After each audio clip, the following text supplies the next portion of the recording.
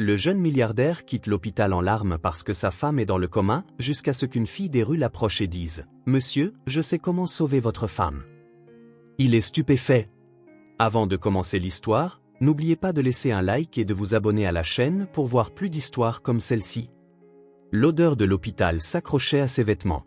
Ethan regarda sa montre pour la 3e fois en 5 minutes et ajusta sa cravate en soie. Le couloir blanc et impersonnel de l'hôpital lui semblait déjà une 2e maison après des mois d'aller-retour. Monsieur Hay, une docteure en blouse blanche, avec des cernes sous les yeux, s'approcha de lui. Pourrions-nous parler de l'état de votre femme? Ethan acquiesça, se préparant à un énième compte-rendu technique sur le coma de Cla. Il n'y a pas eu de changement significatif, dit la docteure en feuilletant le dossier. Ses signes vitaux sont stables, mais l'activité cérébrale reste minimale. Et le nouveau traitement que j'ai suggéré? Ce spécialiste venu de Suisse? Monsieur, l'interrompit doucement la docteure, nous en avons déjà discuté. Même les traitements expérimentaux les plus avancés ne montrent pas de résultats prometteurs dans des cas comme celui de votre épouse. Ethan sentit sa poitrine se serrer. Il n'avait pas l'habitude d'entendre « on » comme réponse. Dans son monde, tout avait un prix. Il lui suffisait de le découvrir. Combien? Demanda-t-il abruptement. Pardon? Combien cela coûterait-il de faire venir ce spécialiste? Je peux payer le double. Ou le triple, s'il le faut. La docteure secoua la tête. Ce n'est pas une question d'argent, monsieur Hay. Pour la première fois de sa vie, Ethan faisait face à un problème que son empire financier ne pouvait pas résoudre. Il entra dans la chambre et regarda Cla, inerte sur le lit. Son visage, autrefois si expressif et plein de vie, paraissait désormais serein et immobile. Les machines autour d'elle émettaient un bip régulier, seul signe qu'il y avait encore de la vie dans ce corps. Ethan s'assit sur la chaise près du lit et prit la main froide de Cla. Depuis 3 mois, il répétait le même rituel, entrer, s'asseoir, lui tenir la main, parler affaires et repartir, comme s'il suivait un emploi du temps. Les médecins restent pessimistes, dit-il en regardant le visage immobile de sa femme. Ils disent qu'il n'y a pas grand-chose de plus à faire. Il s'interrompit, cherchant les mots justes. Il avait toujours été doué pour les discours en réunion, mais dans cette chambre, face à Cla, il se sentait perdu. Je suis fatigué, Cla. Une infirmière frappa à la porte et entra. Monsieur, je dois vérifier ses signes vitaux. Ethan se leva. Bien sûr. Vous partez déjà? Demanda l'infirmière en voyant qu'il reprenait son manteau. Oui, j'ai une réunion importante. L'excuse sortit d'elle-même. En vérité, il n'y avait aucune réunion. Pour la première fois depuis l'accident, Ethan quitta l'hôpital sans prévoir de revenir. Dans l'ascenseur, il ressentit le poids de la défaite. Lui qui obtenait toujours ce qu'il voulait se retrouvait impuissant. Cla lui échappait, et ni tous les milliards du monde ni son pouvoir ne pouvaient la ramener. L'air de la nuit le frappa lorsqu'il sortit des portes de l'hôpital. Il bruinaillait, et les lumières de la ville se reflétaient dans les flaques du parking. Ethan desserra sa cravate, se sentant oppressé. Ce n'était pas seulement la cravate, c'était tout. La vie qu'il avait bâtie, l'empire qu'il avait créé. À quoi tout cela servait-il maintenant? Monsieur? Ethan entendit à peine la petite voix au milieu du vacarme de la ville.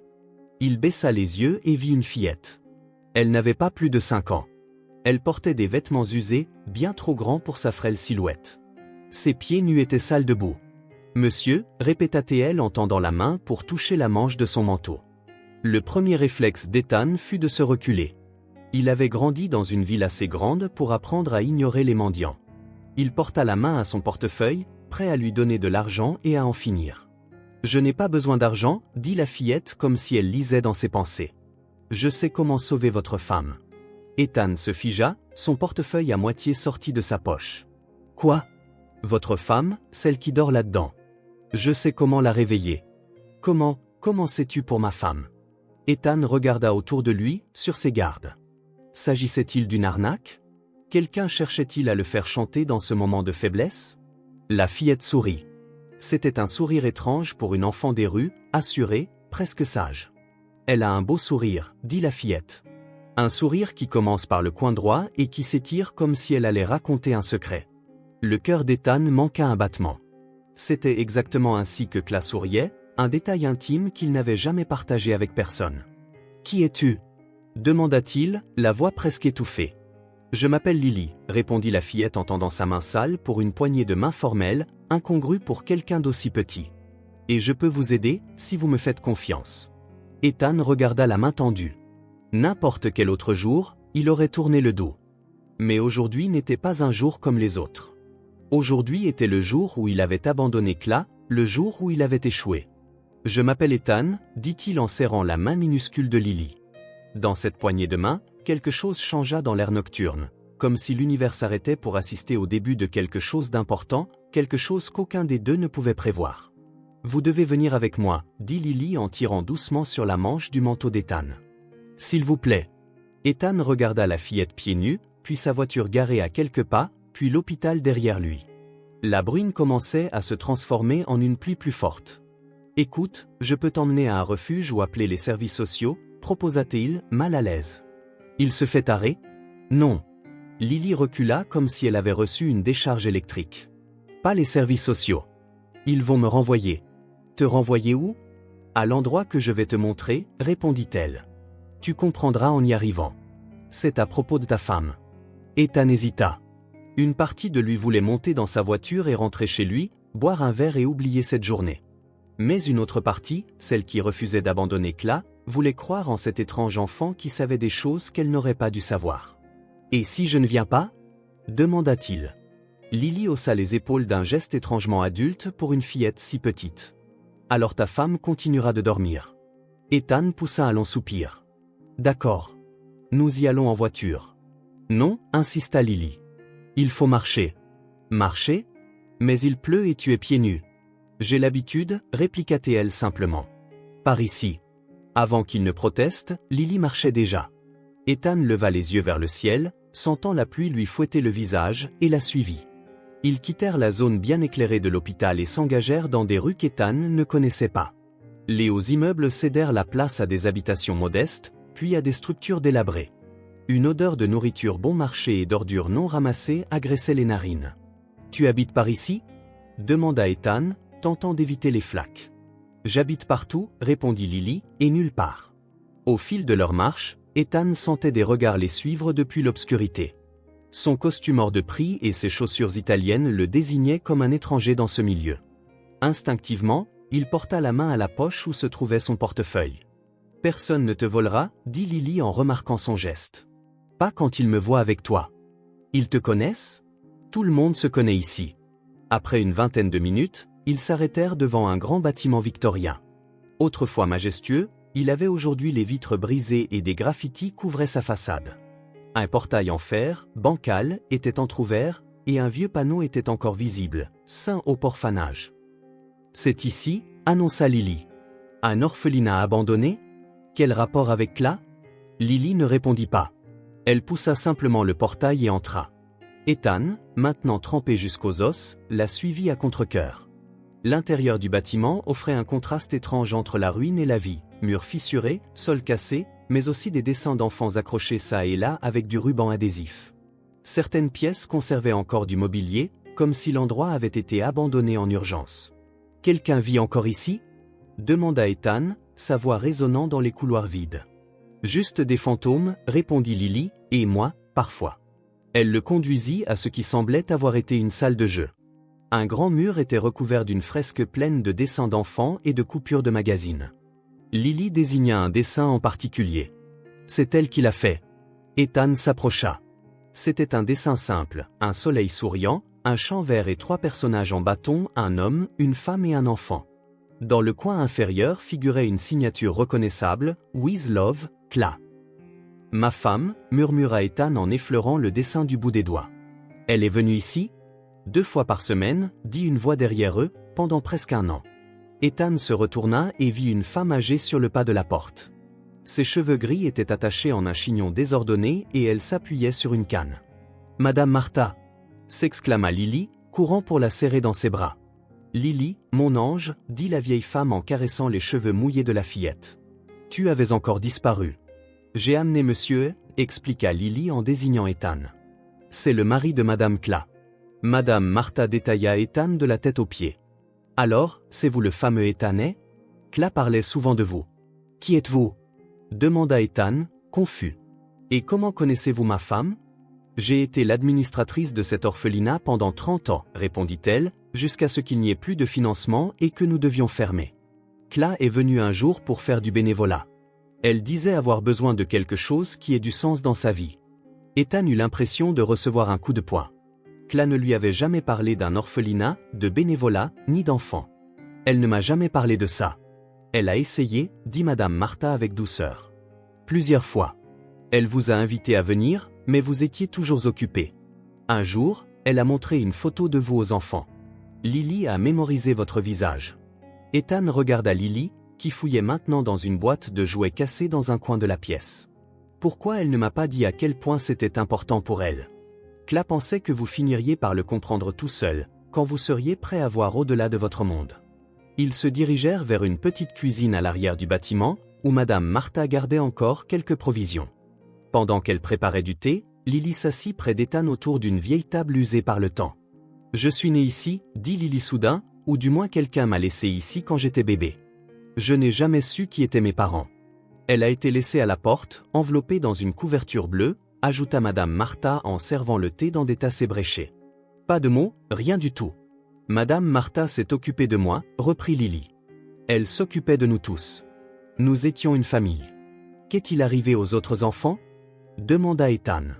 Quand l'orphelinat a fermé, ils ont été placés dans d'autres institutions, répondit Madame Martha en s'asseyant avec difficulté.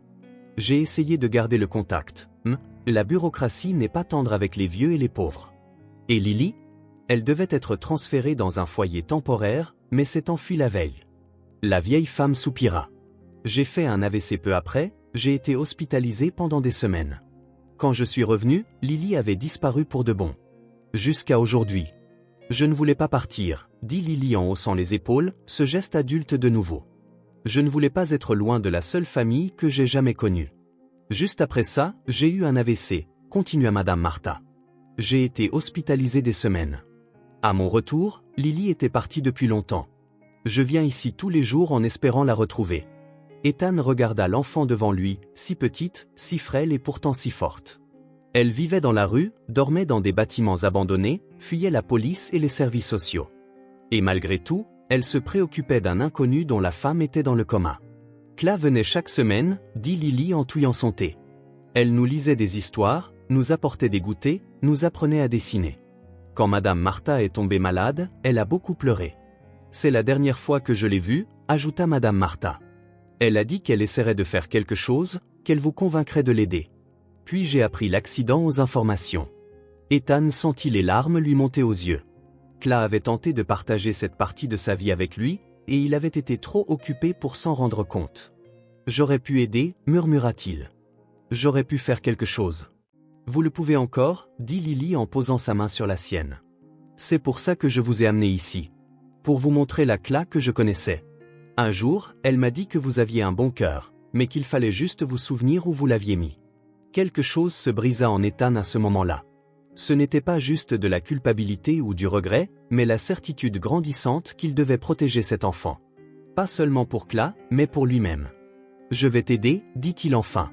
Je ferai tout ce qu'il faut. Le sourire de Lily illumina la cuisine sombre, un instant, Ethan crut y voir une ressemblance avec le sourire de Cla, non dans la forme, mais dans la pureté. Et pour la première fois depuis des mois, il ressentit de l'espoir. La pluie avait cessé lorsqu'Ethan et Lily quittèrent l'orphelinat.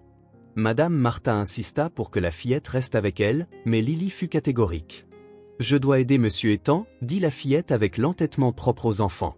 Sur le chemin du retour, Ethan appela son chauffeur. Il ne pouvait pas laisser Lily marcher pieds nus dans ces rues trempées. Quand la voiture de luxe noire s'arrêta au bord du trottoir, Lily hésita. « Je ne suis jamais montée dans une voiture comme celle-ci, avoua-t-elle. »« Il y a un début à tout, répondit Ethan en lui ouvrant la porte. La fillette s'installa prudemment, comme si elle craignait de casser quelque chose. Ses pieds sales tranchaient avec la propreté immaculée des sièges en cuir. Ethan la vit essayer de ne pas poser ses pieds par terre. « Tu peux te détendre, dit-il. Ce n'est qu'une voiture. C'est la plus belle voiture que j'ai jamais vue, rétorqua-t-elle, toujours tendue. C'est alors qu'Ethan comprit que ce qui était juste une voiture, pour lui était extraordinaire pour Lily. Comme tant d'autres choses qu'il tenait pour acquises. « Où, monsieur ?» demanda le chauffeur. Ethan hésita. Son appartement-terrasse ne semblait pas approprié pour une enfant, surtout une qui vivait dans la rue. Mais il ne pouvait pas non plus l'abandonner. À la maison, James, finit-il par dire. Durant le trajet, il observa Lily appuyer son visage contre la vitre, fasciné par les lumières de la ville. Ses yeux brillaient à chaque nouveau bâtiment, chaque vitrine éclairée. Pour lui, ce paysage urbain n'était que le trajet habituel du retour. Pour elle, c'était un monde de merveilles. Claire réagissait comme ça quand elle voyait quelque chose de beau, commenta Ethan presque pour lui-même. Lily se tourna vers lui. Elle m'a montré une photo de l'endroit où vous aviez passé votre lune de miel, une plage avec une eau très bleue, dit-elle. Tu refusais d'enlever tes chaussures pour marcher dans le sable. Ethan sentit un nœud dans sa gorge. Ce voyage aux Maldives? Claire avait supplié pour ses quelques jours de repos, et il avait passé la moitié du séjour au téléphone à conclure des affaires. Il y avait trop de sable, répondit-il, tentant de paraître détaché. Je ne suis pas fan de la plage. Madame Claire a dit que tu ne l'aimais pas parce que tu ne savais pas en profiter, lança Lily. Elle disait que tu étais toujours trop pressé pour ressentir les bonnes choses. Les mots de Lily le frappèrent de plein fouet. Alors, Claire le voyait réellement comme ça? Quelqu'un incapable d'apprécier les plaisirs simples? Ils arrivèrent à l'immeuble d'Ethan, l'un des plus luxueux de la ville. Les yeux du portier s'écarquillèrent en voyant la petite fille en haillons, mais un regard sévère d'Ethan coupa court à toute question. Dans l'ascenseur, Lily contemplait les boutons illuminés. Des gens vivent à tous ces étages? Oui, répondit Ethan, mais un seul foyer par étage. Ce sont de grands appartements. Plus grands que l'orphelinat? Certains, peut-être. Lily secoua la tête comme si l'idée était incompréhensible. Quand ils entrèrent dans l'appartement d'Ethan, la réaction de la fillette fut un mélange d'étonnement absolu. L'endroit était immense, avec des baies vitrées offrant une vue panoramique sur la ville. La décoration était minimaliste et coûteuse, avec du mobilier design et des œuvres d'art contemporains au mur. « Tu vis ici tout seul ?» demanda Lily en restant sur le seuil, comme si elle avait peur de franchir la porte. « Maintenant, oui, répondit Ethan. Claire et moi vivions ici ensemble. » Lily parcourut l'appartement du regard, curieuse mais sans rien toucher. Elle s'arrêta devant une photo encadrée, Ethan et Claire le jour de leur mariage. Il avait l'air aussi sérieux que d'habitude dans son smoking impeccable, et elle était rayonnante dans une robe simple, arborant ce sourire qui commençait par le coin droit de ses lèvres. Était-elle heureuse ici? Demanda Lily en fixant la photo. La question prit Ethan au dépourvu. Claire était-elle heureuse? Il l'avait toujours cru. Après tout, il lui avait tout donné, tout ce que l'argent pouvait acheter. Mais à présent, après avoir découvert l'orphelinat, il n'en était plus certain. Je crois, répondit-il, incertain. Au moins, au début. Lily le regarda de nouveau, avec ce regard perçant qui semblait bien plus vieux que ses 5 ans. Madame Claire m'a dit qu'un jour vous aviez dansé sous la pluie, le jour de vos fiançailles. Ethan cligna des yeux, surpris. Elle t'a raconté ça? Elle a dit que c'était la seule fois où elle t'avait vraiment vu rire sans te soucier de rien, ni de ta montre, ni de ton téléphone, juste vous deux.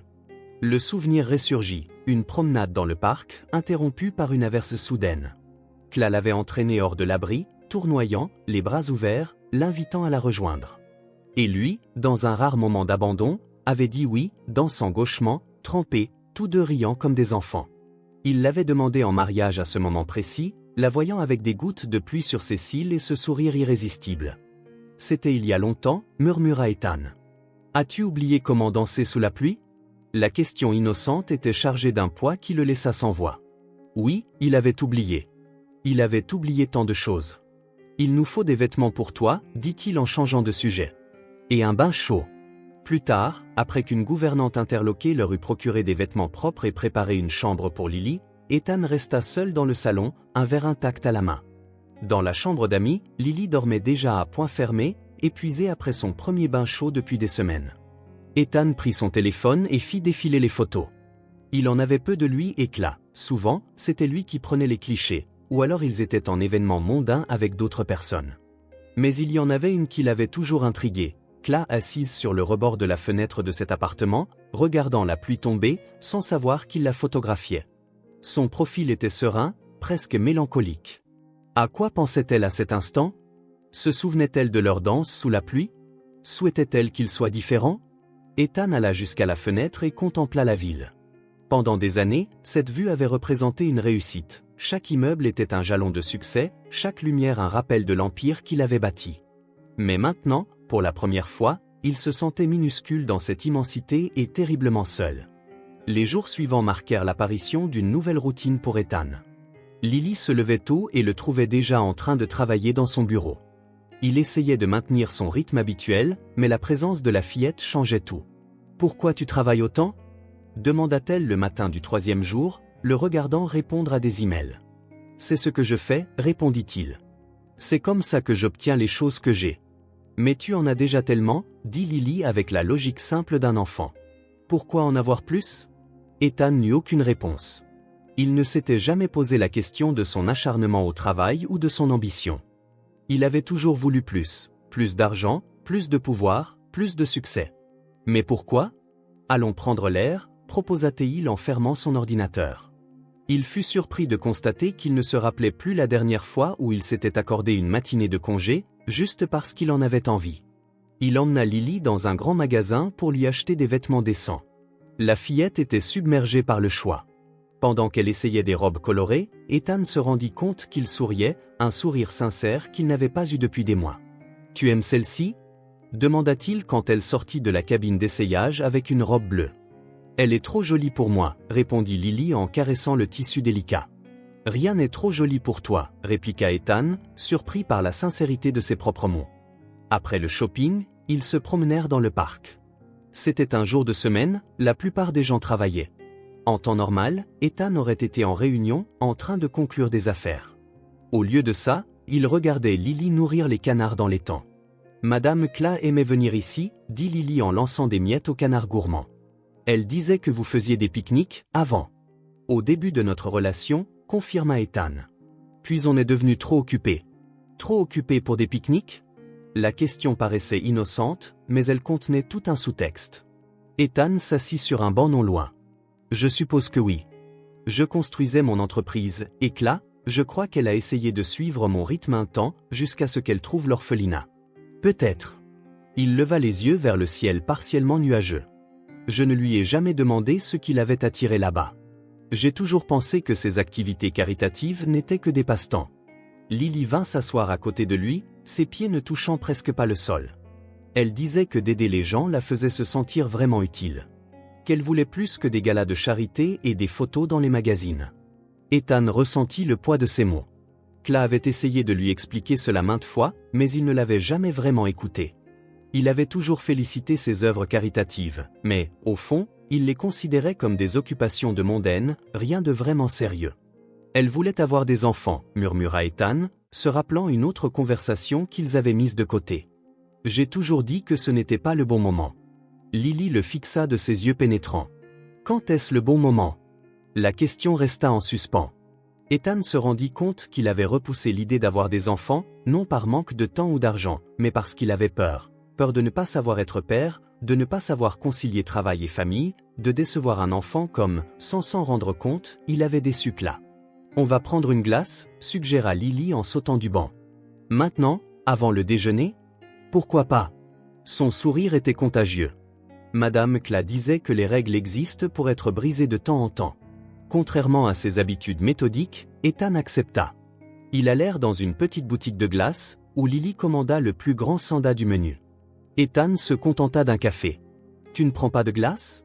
demanda Lily, déjà barbouillée de chocolat au coin des lèvres. « Je ne suis pas très sucré. »« Jamais ? » ?»« Rarement. » Lily poussa le soda vers lui. « Goûte. C'est la meilleure glace du monde. » À contre-cœur, Ethan prit une petite cuillère. La saveur sucrée éclata dans sa bouche, faisant remonter des souvenirs d'enfance, des étés chauds, des rires, la simplicité. Quand avait-il cessé de savourer ce genre de plaisir ? Toujours occupé à compter les calories ou à courir après des réunions. « C'est bon, hein ?» demanda Lily, les yeux brillants. « Oui », admit Ethan en reprenant une deuxième cuillerée. « C'est vraiment bon. » Ils rentrèrent en fin d'après-midi. Tandis qu'Ethan préparait un goûter dans la cuisine, une première pour lui, il reçut un appel de son assistante, lui rappelant une réunion importante qu'il avait manquée. « Vous auriez dû me le dire plus tôt, répliqua-t-il, agacé. Reprogrammez-la la semaine prochaine. »« Mais monsieur, c'est au sujet de l'acquisition. »« J'ai dit de reprogrammer. » Il raccrocha, surpris par sa propre décision. Lorsqu'il entra dans le salon avec les sandwichs, il trouva Lily en train d'observer la photo de lui et Cla. « Vous avez l'air différent sur les photos, remarqua-t-elle. Différent comment? Tu as l'air plus sérieux, et Madame Kla a l'air moins lumineuse. L'observation était étonnamment perspicace. Sur les photos, il posait toujours, lui, l'homme d'affaires à succès, elle, l'épouse parfaite. Des masques sociaux qui, au fil du temps, étaient devenus plus réels que leur vrai visage. Ils s'assirent à la table de la cuisine pour manger, autre habitude nouvelle pour Ethan, qui avait l'habitude de manger seul ou dans des restaurants huppés avec des clients. « Tu vas voir Madame Kla aujourd'hui » demanda Lily en croquant dans son sandwich. Ethan se figea. Il n'était pas retourné à l'hôpital depuis le jour où il avait rencontré Lily. Un sentiment de culpabilité l'envahit. « Oui, répondit-il. Nous allons lui rendre visite. » Les yeux de Lily s'illuminèrent. « Je peux venir aussi ? » « Bien sûr. Tu n'as pas dit que tu savais comment l'aider ?» Le sourire de la fillette illumina la cuisine, et Ethan sentit pour la première fois depuis des mois le poids de l'espoir renaître. Il se rendit compte qu'il avait passé la journée sans penser au travail, sans regarder la bourse, sans faire un seul appel professionnel. Et, étonnamment, il ne ressentait pas l'anxiété habituelle, ni ce besoin constant de tout contrôler. Pour la première fois depuis des années, il profitait simplement du moment présent. Et tout cela grâce à une petite orpheline apparue comme un ange improbable, lui rappelant l'homme qu'il avait été, celui dont Kla était tombée amoureuse. Alors qu'il la regardait terminer son sandwich, Ethan se fit une promesse silencieuse, à lui-même et à Kla. Si jamais il y avait la moindre chance de la ramener, il ferait tout différemment, en commençant par apprécier ces petits détails qui, maintenant, lui semblaient les plus importants au monde. Un mois s'était écoulé depuis qu'Ethan avait rencontré Lily devant l'hôpital. Un mois de transformation, de découverte et de douleur. Kla restait dans le coma, sans signe d'amélioration. Mais quelque chose avait changé, pas en elle, en lui. Dans son bureau, Ethan regardait par la fenêtre pendant que ses avocats lui expliquaient les détails de son nouveau projet. Il n'était plus le même homme obsédé par les chiffres et les délais. Il écoutait attentivement chaque point, posant des questions qu'il aurait autrefois jugées inutiles. « Donc c'est réglé », conclut-il en se tournant vers son équipe. Nous allons acquérir le terrain adjacent à l'orphelinat Saint-Hope et commencer la construction immédiatement. Monsieur, intervint l'un des avocats en ajustant nerveusement ses lunettes, je comprends votre urgence, mais nous devrions peut-être envisager d'autres emplacements. Le quartier n'est pas très huppé. C'est précisément pour ça qu'il faut le faire là-bas, répondit fermement Ethan. Les enfants sont là-bas. Nous n'allons pas construire un autre projet de charité dans un quartier chic juste pour que des sponsors fassent des photos lors de galas. Son ton décisif coupa court à toute réplique. Les avocats échangèrent des regards, mais ils savaient que, quand Ethan prenait une décision, mieux valait ne pas s'y opposer. Le centre communautaire Kla ouvrira dans 6 mois, poursuivit-il. Pas 1 an, pas 8 mois, 6. Je veux une équipe qui travaille jour et nuit s'il le faut. Quand tout le monde fut parti, Ethan demeura seul dans son bureau. Il sortit le dessin que Lily avait fait avec Kla, les 3 personnages bâtons formant une famille. Ce n'était plus un simple rêve d'enfant ou une promesse oubliée, c'était désormais un plan, un objectif. Ces derniers jours, il avait compris une chose fondamentale, son amour pour Kla ne pouvait pas se limiter à des visites à l'hôpital et à des larmes de regret. Il devait devenir action, se poursuivre à travers ce qu'elle croyait, ce qu'elle valorisait. L'interphone sonna, interrompant ses pensées. « Monsieur Lily et Madame Martha sont là », annonça sa secrétaire. « Faites-les entrer, » répondit-il, en rangeant soigneusement le dessin et en ajustant sa cravate. Lily entra en courant, les yeux pétillants d'excitation. Elle n'était plus la fillette effrayée et sale qu'il avait trouvée dans la rue quelques semaines auparavant. Elle portait une robe bleue propre et ses cheveux étaient attachés en une queue de cheval soignée. Madame Martha la suivait, avançant lentement avec sa canne. « Tu as dit qu'il y avait une surprise » s'écria Lily en sautillant autour du bureau d'Ethan. « En effet, répondit-il en souriant. Mais il faut d'abord passer prendre Kla. » Le sourire de Lily s'effaça un instant. Est-ce qu'elle s'est réveillée? L'espoir dans sa voix serra le cœur d'Ethan. « Non, ma chérie. Mais ça ne veut pas dire qu'elle ne peut pas venir avec nous. » La routine à l'hôpital était devenue familière. L'infirmière en chef, qui les observait autrefois d'un œil méfiant, les accueillait maintenant avec un sourire chaleureux. Ils étaient devenus partie intégrante du décor, aussi constant que les équipements médicaux. Dans la chambre, Kla restait immobile, le visage aussi serein qu'avant. Ethan se pencha et l'embrassa sur le front. « Salut, mon amour, murmura-t-il. J'ai amené Lily et Madame Martha. On a une surprise pour toi. » Il sortit un appareil photo Polaroid qu'il avait apporté et prit une photo de Cla, puis de Lily, de Madame Martha et de lui-même. « Qu'est-ce que tu fais » demanda Lily, intriguée. « Tu verras, » répondit Ethan, en rangeant soigneusement les clichés. La voiture s'arrêta devant un grand terrain vague, juste à côté de Saint-Orphanage. Une immense pancarte annonçait « Future installation du centre Clae », centre communautaire ouvrant dans 6 mois. Les architectes et les ouvriers du bâtiment étaient déjà occupés à inspecter le site et à préparer le terrain. « Qu'est-ce que c'est » demanda Lily en regardant par la fenêtre de la voiture, les yeux écarquillés. « Viens voir » dit Ethan en ouvrant la porte et en aidant Madame Martha à en sortir. Ils s'approchèrent d'une table de fortune sur laquelle étaient étalés des plans et des maquettes. Ethan s'agenouilla pour être à la hauteur du regard de Lily. « Ce sera un endroit pour des enfants comme toi » expliqua-t-il. « Il y aura des salles de classe, une bibliothèque, des cabinets médicaux et une grande cour pour jouer. Les enfants pourront venir après l'école pour faire des activités, se faire aider pour leurs devoirs ou simplement avoir un lieu sûr où être. » Les yeux de Lily parcouraient les maquettes, essayant d'absorber tout ce qu'elle voyait. « Et le meilleur dans tout ça, » continua Ethan, « c'est que Madame Martha en sera la directrice. Elle choisira le personnel et s'occupera de tout. » Madame Martha posa sa main tremblante sur le bras d'Ethan. « Je n'aurais jamais cru voir cela de mon vivant. » Ethan lui sourit. « Claire l'aurait exigé.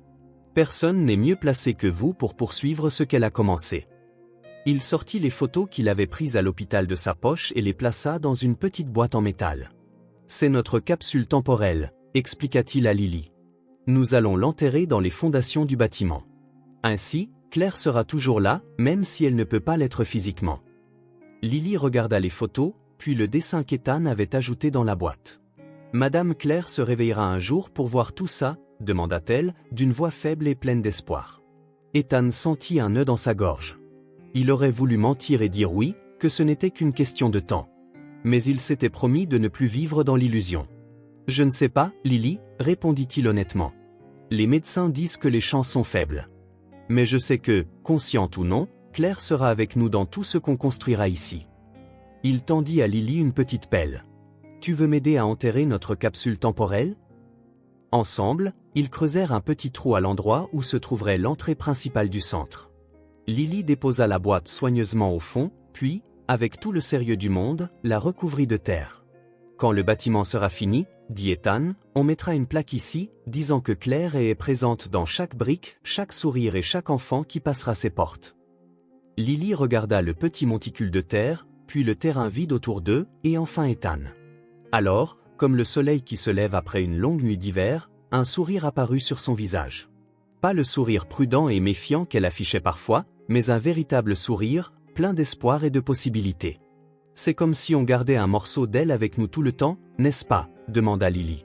Ethan acquiesça, incapable de parler tant l'émotion lui serrait la gorge. À cet instant, il comprit que ce n'était pas un adieu, mais un nouveau départ. C'était la suite de l'histoire que Claire avait commencée, une histoire d'amour qui transcendait les hôpitaux, les machines et les diagnostics sombres. Tandis qu'il regardait Lily courir partout dans le terrain en imaginant l'emplacement du futur terrain de jeu, Ethan ressentit une paix qu'il n'avait plus connue depuis longtemps. Son amour pour Claire n'avait pas diminué, il s'était transformé en quelque chose de plus grand, quelque chose qui pouvait toucher davantage de vie que la sienne. C'était là la véritable empreinte de Claire, non pas la tristesse de la perte, mais la joie d'avancer. Et, d'une certaine façon, Ethan savait que, où qu'elle soit, elle souriait. L'hôpital avait changé à ses yeux. Les mêmes murs blancs, les mêmes couloirs stériles, mais Ethan les voyait différemment. Pendant des semaines, cet endroit avait été un ennemi, une prison qui retenait Claire loin de lui. Maintenant, tandis qu'il marchait avec Lily à ses côtés, il réalisait que la vraie prison, il l'avait bâtie lui-même, brique après brique, avec son indifférence et son obsession du travail. « Je n'ai pas l'autorisation de laisser entrer un enfant », dit l'infirmière à la réception des soins intensifs, regardant Lily avec méfiance. « Uniquement la famille. »« Elle est de la famille », répliqua fermement Ethan. Quelque chose dans son ton fit changer l'infirmière d'avis. Elle jeta un coup d'œil aux documents sur son bureau, puis à eux deux. 15 minutes, finit-elle par concéder. Et ne touchez pas au matériel. Lily s'agrippait fermement à la main d'Ethan tandis qu'ils avançaient vers la chambre de Claire. Avant d'entrer, il s'agenouilla pour se mettre à la hauteur de la fillette. « Elle dort », expliqua-t-il doucement, « et il y a beaucoup d'appareils branchés sur elle. Ça peut faire peur, mais il l'aide à respirer et surveille son cœur. Lily hocha la tête, le visage grave. Je sais. J'ai déjà vu des gens malades. Ce constat, dit avec tant de naturel, rappela à Ethan tout ce que l'enfant avait enduré dans sa courte vie. Il eut honte de sa propre faiblesse. Quand ils entrèrent dans la chambre, Ethan sentit cet impact familier. Claire était immobile sur le lit, entourée de machines, le bip rythmique du moniteur cardiaque ponctuant le silence. Mais, pour la première fois, il vit au-delà de la tragédie. Il vit la femme qu'il aimait, pas seulement une patiente dans le coma. Lily lâcha sa main et s'approcha du lit lentement. Elle observa Claire un instant, ses yeux scrutant le visage pâle et les cheveux étalés sur l'oreiller. Elle est plus maigre, nota doucement la fillette. Ethan fut surpris. C'était vrai, Claire avait perdu du poids au fil des mois. Il ne l'avait même pas remarqué, trop enfermée dans sa propre angoisse. Comment Lily, qui ne l'avait vue que quelques fois, l'avait-elle perçue alors que lui non? Oui, admit-il, en s'approchant, je crois que c'est vrai. Lily tendit la main et toucha très délicatement les doigts de Claire. Ses ongles aussi sont différents. Elle les avait toujours peints de jolies couleurs. Encore une observation juste. Claire adorait changer souvent la couleur de ses ongles, habitude qu'Ethan trouvait autrefois futile. Maintenant, ils étaient sans vernis, coupés courts par une infirmière pratique. Ethan s'assit sur la chaise près du lit, la même qu'il avait occupée durant des mois. Avant, il restait assis droit, parlant à Claire comme dans une réunion d'affaires. Des résumés de sa journée, des informations sur leurs amis communs, des nouvelles du monde extérieur. Sans jamais vraiment lui parler, seulement parler, devant elle. « Qu'est-ce que je peux lui dire » demanda-t-il à Lily, soudain incertain. La fillette haussa les épaules. « Qu'est-ce que tu lui dirais si elle pouvait répondre » La question le déstabilisa. Que dirait-il à Claire si elle pouvait vraiment répondre? Ce ne seraient pas des nouvelles de la bourse ou des comptes rendus de projet. Ni des potins ou des informations impersonnelles. Voyant son hésitation, Lily ajouta. Madame Claire parlait toujours de ton sourire. Le vrai, pas celui que tu montres aux gens importants. Ethan prit la main de Claire dans la sienne. Elle était froide, mais pas sans vie. Il sentait son pouls léger sous cette peau délicate. Claire, commença-t-il, la voix à peine audible. C'est moi, tiens. Ton Ethan, pas l'homme d'affaires, juste moi. Il s'arrêta, laissant les mots remonter de plus loin, quelque part qu'il avait trop longtemps ignoré. Tu me manques, reprit-il, la voix tremblante, pas seulement à la maison ou dans notre lit. Ton regard me manque, la façon dont tu voyais le monde, la façon dont tu me voyais. Lily, assise en silence sur le sol, les genoux serrés contre sa poitrine, l'écoutait attentivement. J'ai découvert l'orphelinat, continua Ethan. J'ai rencontré Madame Martha, j'ai rencontré Lily. Il jeta un regard à la fillette. Elle est incroyable, Claire. Si forte, si mature pour son âge. Maintenant, je comprends pourquoi tu tenais tant à elle, à tous ses enfants. Les larmes commencèrent à couler sur ses joues, mais il ne chercha pas à les cacher. Il n'y avait plus besoin de masque. Tu as essayé de me montrer ce qui comptait vraiment, et je ne t'ai pas écouté. J'étais trop occupé à bâtir un empire qui ne signifie rien si je ne peux pas le partager avec toi. Sa voix se brisa et il fallut quelques instants pour qu'il se ressaisisse. Lily se leva et posa une petite main sur son épaule, un geste de réconfort plein de maturité. Tu te souviens quand on a dansé sous la pluie, le jour où je t'ai demandé en mariage? J'étais trempé, ma montre était fichue, et je m'en fichais complètement. C'était un des plus beaux jours de ma vie, et je n'ai même pas réalisé à quel moment j'ai commencé à laisser filer des moments comme ça. Ethan se pencha et déposa un baiser sur le front de Claire. Je veux encore danser sous la pluie avec toi, mon amour. Je veux faire tous ces pique-niques que j'ai sans cesse reportés. Je veux connaître la femme qui a trouvé le temps de s'occuper d'orphelins pendant que moi, j'étais trop occupé à compter mon argent. Lily s'approcha du lit et demanda timidement. Je peux lui raconter une histoire? Madame Claire nous racontait toujours des histoires. Ethan acquiesça en essuyant ses larmes. Lily s'assit au bord du lit et commença un récit tout simple, celui d'un petit oiseau qui ne pouvait pas voler mais qui trouva son courage lorsqu'il dut sauver un ami. Sa voix enfantine emplit la pièce d'une innocence qui contrastait avec la gravité de la situation. Pendant que la fillette parlait, Ethan tenait toujours la main de Claire, la caressant doucement. Quelque chose avait changé en lui. Venir à l'hôpital n'était plus une obligation, un rituel vide. C'était un acte d'amour sincère, un moment pour se reconnecter avec la femme qui avait choisi de partager sa vie. Lorsque leur temps fut écoulé et que l'infirmière entra pour les prévenir, Ethan se pencha et murmura à l'oreille de Claire. Je reviendrai demain, et après-demain, et chaque jour jusqu'à ce que tu ouvres les yeux. Je te promets que je serai un homme meilleur quand ça arrivera. Il tint parole. Dans les jours qui suivirent, Ethan réorganisa complètement sa vie. Il délégua des responsabilités au travail, annula des réunions non essentielles et partagea son temps entre s'occuper de Lily et rendre visite à Claire. À chaque visite, il apportait un objet symbolique, une fleur du parc qu'il fréquentait, une vieille photo retrouvée dans un carton oublié, une chanson qu'ils écoutaient au début de leur relation. Et il s'adressait à Claire autrement, avec sincérité, vulnérabilité, présence. Lily l'accompagnait presque à chaque fois.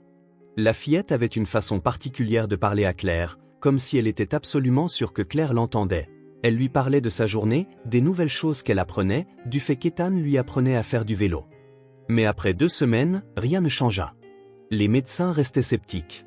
Les examens ne révélaient aucune amélioration de l'activité cérébrale de Claire. Elle demeurait inerte, respirant grâce à des machines, le visage serein comme dans un profond sommeil. Le matin du 16e jour, Ethan se réveilla avec un sentiment d'échec. Il avait rêvé de Claire. Elle s'éloignait, lui tournant le dos, et peu importait à quelle vitesse il courait, il n'arrivait pas à la rattraper. Le rêve laissa en lui un goût amer d'impuissance. « On ne va pas à l'hôpital aujourd'hui ?» demanda Lily en le voyant préparer le petit déjeuner, sans mentionner leur visite habituelle. « Je pense qu'il nous faut une pause », répondit Ethan en évitant son regard. « Peut-être que ça ne marche pas, Lily. »« Qu'est-ce qui ne marche pas ?»« Ça. Nos visites, mes conversations. Rien ne ramène Claire. » Lily fronça les sourcils, avec un air de détermination qui ne lui allait pas souvent, mais qu'Ethan avait appris à connaître. « Tu abandonnes ?» La question lui fit l'effet d'un coup de poing. Allait-il abandonner après toutes ses promesses, après avoir enfin compris ce que Claire représentait pour lui ? « Je n'abandonne pas, dit-il faiblement. Je suis juste réaliste. Les médecins disent… » Les médecins ne savent pas tout, coupa Lily avec une conviction surprenante. Madame Claire n'abandonnerait pas, elle. Ethan posa sa tasse de café, ressentant tout le poids de la vérité que contenaient les mots de Lily. Claire n'aurait jamais abandonné. Elle ne l'avait jamais fait, même quand il s'était éloigné et était devenu froid. Elle avait trouvé d'autres moyens d'exprimer son amour, à travers les enfants de l'orphelinat, à travers de petits gestes qu'il n'appréciait que maintenant. « Je vais te ramener à l'orphelinat, dit-il finalement. Pour que tu voies Madame Martha. Tu dois t'ennuyer d'elle. » Les yeux de Lily se remplirent de larmes. « Tu vas m'y laisser ?» Cette question lui brisa le cœur. Pendant ces semaines, il n'avait pas vraiment réfléchi à l'avenir de Lily, trop focalisé sur Claire et sa propre transformation. La fillette était entrée dans sa vie si naturellement qu'il n'avait pas envisagé ce qui arriverait ensuite. « Non, » répondit-il fermement. « Je ne te laisserai pas là-bas. Je pensais juste que ça te ferait plaisir de lui rendre visite. » Lily l'observa un instant, comme pour vérifier s'il disait vrai. Finalement, elle acquiesça. L'orphelinat semblait encore plus délabré sous la lumière vive du matin, vitres cassées, peinture écaillée. Tout indiquait la négligence et l'abandon. Comment Claire avait-elle trouvé de la beauté ici? Comment avait-elle trouvé un sens à sa vie au milieu de ces murs décrépits? Madame Martha les accueillit avec un sourire fatigué. Ethan remarqua qu'elle paraissait plus fragile qu'il y a 2 semaines. « Comment va notre Claire ?» demanda-t-elle après avoir enlacé Lily. Ethan baissa les yeux. Pas de changement. Madame Martha acquiesça comme si elle s'y attendait. « Et toi? Tu abandonnes ?» Ce n'était pas une question. Ethan se demanda si sa défaite était si apparente, si son visage trahissait si facilement son état. « Je ne sais plus quoi faire, ami. Je lui parle, je partage des souvenirs, je lui apporte des objets qui ont de l'importance, mais rien ne se passe. » Madame Martha l'invita à s'asseoir à la même table de cuisine où ils avaient déjà parlé. Lily partit explorer l'orphelinat, à la recherche de jouets oubliés. « Quand j'étais jeune, » commença Madame Martha, « j'ai aimé un homme parti à la guerre. Pendant 3 ans, je n'ai pas eu de ses nouvelles. Tout le monde me disait d'aller de l'avant, qu'il était sûrement mort. Mais je sentais, elle posa la main sur sa poitrine, qu'il reviendrait. » Ethan l'écouta, se demandant où elle voulait en venir. Le jour où il est revenu, maigre et épuisé mais vivant, il m'a dit que mon amour l'avait maintenu en vie dans ses moments les plus sombres. Que, même à des kilomètres, il sentait que je ne l'avais pas abandonné. Elle prit la main d'Ethan dans la sienne, ridée et marquée par le temps. « Le véritable amour n'est jamais facile, Ethan. Ce n'est pas pratique, ça exige tout de nous, surtout quand ça semble impossible. Les larmes montèrent aux yeux d'Ethan. Et s'il est trop tard? Si j'ai déjà trop perdu de temps? Il n'est jamais trop tard pour aimer vraiment, dit simplement Madame Martha. Claire le sait. C'est pour ça qu'elle est venue ici, parce qu'elle croyait au pouvoir de l'amour, même dans les situations les plus dures. Ethan réfléchit à ces mots. Claire avait trouvé de l'amour parmi ses enfants abandonnés, dans ces murs en ruine. Elle avait vu la possibilité là où les autres ne voyaient que le néant. Lily revint dans la cuisine, tenant un dessin jauni. « Regarde ce que j'ai trouvé. Madame Claire m'a aidé à le faire. C'est nous trois, moi, elle et toi. » Ethan prit la feuille. C'était un dessin d'enfant, 3 bonshommes bâtons, celui du milieu avec de longs cheveux, les 2 autres, un grand et un petit, tenant la main de la figure au centre. En bas, d'une écriture soignée appartenant à Claire, on pouvait lire « La famille, c'est là où il y a de l'amour. » « Quand est-ce que vous avez fait ça ?» demanda Ethan, la gorge nouée. « Le dernier jour où elle est venue, répondit Lily. Elle disait qu'elle allait t'emmener ici et te montrer l'orphelinat. Elle disait qu'on pourrait peut-être former une vraie famille. » Ethan fixa le dessin, puis Lily, puis enfin Madame Martha. Soudain, tout s'emboîta. L'accident avait eu lieu le jour où Claire allait enfin le confronter, lui dévoiler cette partie de sa vie, lui demander d'ouvrir son cœur à plus que la réussite et l'argent. « Je dois retourner à l'hôpital, » déclara-t-il, se levant d'un bond. Tout de suite. La chambre de Claire parut plus lumineuse à leur arrivée. C'était peut-être la lumière de fin d'après-midi qui entrait par la fenêtre, ou peut-être autre chose. Un changement dans la façon dont Ethan percevait les choses. Il s'installa sur la chaise familière, prit la main de Claire et plaça le dessin de Lily sur la table de chevet, bien en vue. « Je suis revenu, mon amour, » dit-il, « et je n'abandonne plus. Peu importe le temps que ça prendra, je serai là. Parce que maintenant, je comprends enfin ce que tu as toujours su, l'amour en vaut la peine. Il vaut l'attente, il vaut le combat, il vaut tout. » Lily s'approcha, et sans demander la permission, grimpa prudemment sur le lit pour s'allonger à côté de Claire, veillant à ne pas toucher les câbles ni les appareils. Elle posa sa tête sur l'épaule de Claire et ferma les yeux. « On est là, Madame Claire, » murmura la fillette. « Ta famille est là. » Ethan sentit une paix qu'il n'avait pas ressentie depuis des mois. Même si Claire ne se réveillait jamais, même s'il devait vivre avec le poids de ses erreurs passées, au moins il comprenait désormais. Il pouvait honorer ce que Claire avait tenté de lui apprendre à travers sa propre vie. En regardant Lily et Claire, 2 êtres si différents mais unis par un amour qui transcendait le lien du sang et les circonstances, Ethan sut qu'il ne serait plus jamais le même. Et c'était peut-être ça, la véritable guérison, pas seulement pour Claire, mais pour lui aussi. Les semaines devinrent des mois. L'été laissa place à l'automne, et le Claire et Community Center commença à prendre forme. Les fondations furent posées et les murs s'élevèrent un peu plus chaque jour. Ethan visitait le chantier presque quotidiennement, souvent accompagné de Lily, vérifiant chaque détail, suggérant des modifications, veillant à la perfection de chaque recoin. À l'hôpital, la routine se poursuivait. Ethan et Lily rendaient visite à Claire régulièrement, lui parlant des avancées du centre, partageant de petites anecdotes de la vie quotidienne. Les médecins ne formulaient plus de pronostics pessimistes, ils se contentaient de surveiller ses constantes et d'ajuster les traitements. Pour eux, Claire était devenue un cas stable, ni amélioration ni déclin, simplement une existence dans un sommeil profond. Un après-midi d'octobre, le ciel était d'un bleu exceptionnel, sans le moindre nuage. Ethan alla chercher Lily à l'école, il avait réussi à l'inscrire dans un bon établissement privé, même si la procédure pour sa garde légale n'était pas encore finalisée. « Comment s'est passée ta journée ?» demanda-t-il alors que Lily montait dans la voiture, son sac à dos presque plus grand qu'elle. « On a fait un projet de science, » répondit-elle avec enthousiasme. « On a construit un volcan qui entre vraiment en éruption. » Ethan sourit. La transformation de Lily ces derniers mois était remarquable. De l'enfant apeurée et méfiante qu'il avait connue, elle était devenue une fillette vive et curieuse. Elle avait encore des moments d'insécurité et se réveillait parfois en pleine nuit, en proie à des cauchemars, mais elle s'épanouissait. « On va voir Claire ?» demanda Lily en bouclant sa ceinture. « Oui » répondit Ethan. « J'ai une bonne nouvelle à lui annoncer. » En chemin, il lui parla de la réunion du matin. Le conseil d'administration de sa société avait approuvé à l'unanimité la création d'une fondation permanente pour gérer le centre communautaire et développer le projet dans d'autres quartiers. C'était un engagement sur le long terme, pas seulement un geste ponctuel. « Ça veut dire que d'autres enfants comme moi auront un endroit où aller ?» demanda Lily, les yeux brillants d'espoir. « Exactement, confirma Ethan. Et on offrira des bourses, une aide médicale et un soutien aux familles dans le besoin. À leur arrivée à l'hôpital, ils furent accueillis par l'infirmière-chef, Suzanne, qui était devenue une sorte d'allié au fil des mois. « Monsieur, Lily, dit-elle avec un sourire chaleureux. Claire vous attend. » C'était un petit jeu entre eux, parler de Claire comme si elle était consciente, comme si elle attendait vraiment. Au début, certains membres du personnel trouvaient ça étrange, mais peu à peu, tout le monde s'y était habitué. C'était plus réconfortant ainsi. La chambre de Claire avait changé au fil des mois. Fini la stérilité et l'impersonnalité. Il y avait toujours des fleurs fraîches, les dessins de Lily tapissaient les murs, et des photos de l'avancée du centre étaient accrochées partout.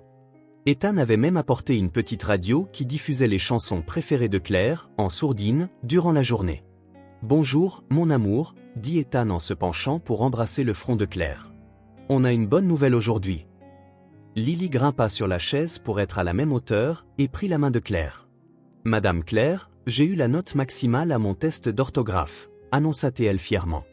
Et mon volcan était le meilleur de la classe. » Ethan regardait la scène en souriant. C'était leur routine désormais, parler à Claire comme si elle était bien présente, partager les réussites, les sentiments, les espoirs. La tension et la peine initiale avaient laissé place à une sorte d'acceptation, un nouveau normal. « La fondation est approuvée », expliqua Ethan en s'asseyant sur le bord du lit et en tenant l'autre main de Claire. « On va pouvoir aider bien plus d'enfants qu'on ne l'aurait jamais imaginé. Ton travail à l'orphelinat va se multiplier, mon amour. Ça va toucher des centaines de vies. » Comme il parlait, il caressait distraitement la main de Claire. Ses doigts dessinaient de petits cercles sur sa paume, s'entremêlaient aux siens, massaient doucement son poignet. « Lily se débrouille très bien à l'école, » poursuivit-il. « Tous les professeurs sont impressionnés par son intelligence, et Madame Martha est incroyable pour l'organisation du centre. Tu serais si fier de voir comment elle s'en occupe, même avec sa santé fragile. » Lily, qui était descendue de sa chaise, s'était installée près du lit, tenant toujours l'autre main de Claire. « Tu sais ce que je veux le plus quand le centre sera prêt ?» demanda-t-elle en regardant Claire comme si elle attendait une réponse. « Je veux qu'on fasse un grand pique-nique, comme ceux que tu faisais avant, avec une nappe à carreaux, des sandwichs et de la limonade. »« On le fera, » promit Ethan. « Et on invitera tous les enfants et leurs familles. Ce sera une fête immense. » Il parlait ainsi en tenant chacun une main de Claire, de chaque côté du lit, comme un pont entre le passé et l'avenir, entre ce qui était perdu et ce qui pouvait renaître. L'après-midi avançait, le soleil d'automne projetant des reflets dorés à travers la fenêtre. C'est alors que ça se produisit, si subtilement qu'Ethan faillit ne pas le remarquer. Un léger frémissement, un mouvement presque imperceptible dans les doigts de Claire, contre les siens. Il se figea, craignant que ce ne soit qu'un tour de son imagination, une illusion cruelle de son espoir. « Monsieur Ethan » la voix de Lily était hésitante, « tu as vu ça ?» Donc il n'avait pas rêvé. Lily l'avait senti aussi. Sa main, elle a bougé ses doigts, chuchota Lily, les yeux agrandis par l'étonnement. Ethan sentit son cœur s'emballer. Ce n'était pas la première fois qu'ils avaient de l'espoir. Il y avait déjà eu de fausses alertes, des mouvements involontaires qui n'avaient aucune signification neurologique. Claire, la platée, se penchant vers elle, « Si tu m'entends, essaie de bouger tes doigts encore une fois. » Rien. Juste le bip continu des appareils et la respiration précipitée d'Ethan. « On va appeler l'infirmière Suzanne, » dit-il finalement, tentant de contenir sa déception. « Elle pourra vérifier si quelque chose a changé. » Mais avant qu'il puisse appuyer sur le bouton d'appel, ça se reproduisit.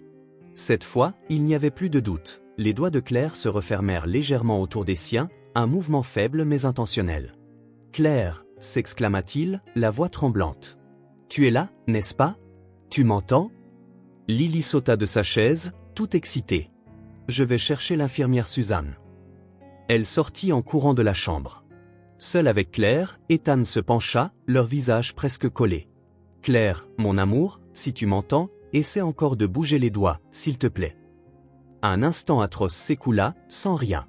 Puis, lentement, les doigts de Claire remuèrent contre les siens. Ce n'était pas une forte pression, mais c'était consciemment contrôlé. Les larmes inondèrent le visage d'Ethan. Après tous ces mois, après tous ces doutes et désespoirs, ce simple geste signifiait tout. C'était comme un fil invisible qui tirait Claire hors de l'oubli. Suzanne arriva en trombe, suivie de Lily et d'un médecin qu'Ethan ne connaissait pas. Elle réagit, dit-il, la voix vacillante. Elle arrive à serrer ma main quand je lui parle. Le médecin, un neurologue, à en juger par son badge, s'approcha du lit.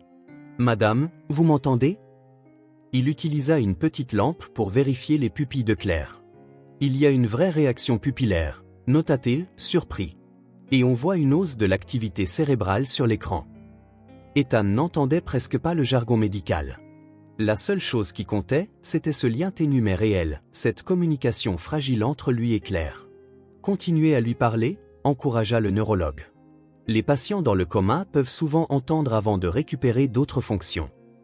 Ethan se pencha de nouveau, ses larmes tombant sur l'oreiller de Claire. On est là, mon amour. Lily et moi. On t'attend. Il n'y a aucune urgence, on restera aussi longtemps qu'il le faudra.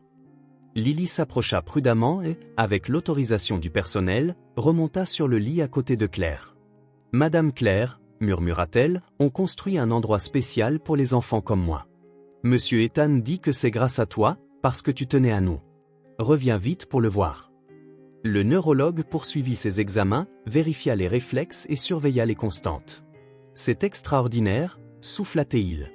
Je n'ai pas vu beaucoup de cas comme celui-ci dans ma carrière. » Les heures suivantes furent un tourbillon, d'autres médecins arrivèrent, des tests furent menés. On demanda à Ethan et Lily de s'écarter, mais ils refusèrent de quitter la chambre. Ils se tenaient dans un coin, enlacés, observant l'équipe médicale s'affairer, attendant des réponses, des explications, un miracle.